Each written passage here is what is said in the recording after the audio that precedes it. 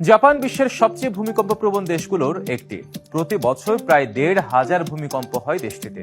দেশের ইতিহাসে সবচেয়ে ভয়াবহ ক্ষয়ক্ষতি হয়েছিল ২০১১ সালের ৯ মাত্রার ভূমিকম্পে। হতাহত হয়েছিল ১৮,০০০-এর বেশি মানুষ। তবে তারপর থেকেই ভূমিকম্পে ক্ষয়ক্ষতির পরিমাণ কমে আসে দেশটিতে। কিন্তু কেন?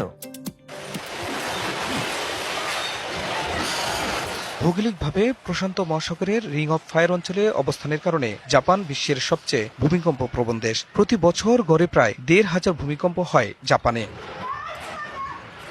২০১১ সালের ১১ মার্চের ৯ মাত্রার ভূমিকম্প এবং সুনামিতে লণ্ডভণ্ড হয়ে যায় দেশটি। সেই কম্পনে ১৮,০০০-এর বেশি মানুষ প্রাণ হারিয়েছিলেন।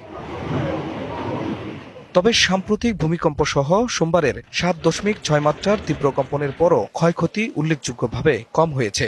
বিশেষজ্ঞরা বলেন, জাপানের অত্যাধুনিক প্রস্তুতি ও প্রযুক্তি এর মূল কারণ।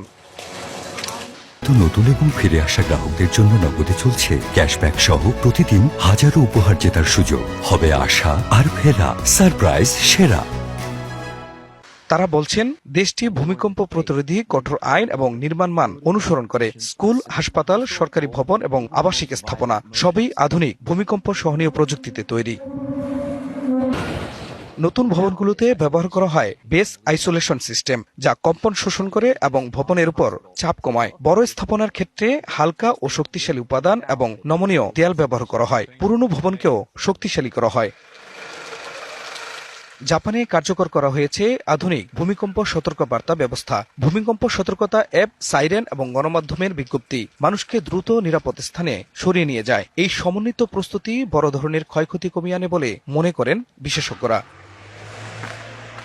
আধুনিক প্রযুক্তি, কঠোর আইন এবং জনসচেতনতা থাকলে শক্তিশালী ভূমিকম্পের মধ্যেও ক্ষয়ক্ষতি সীমিত রাখা সম্ভব। জাপানের এই প্রস্তুতি বিশ্বের জন্য এক দৃষ্টান্ত। খান মোহাম্মদ মুকুল, ডিবিসি নিউজ ডেস্ক।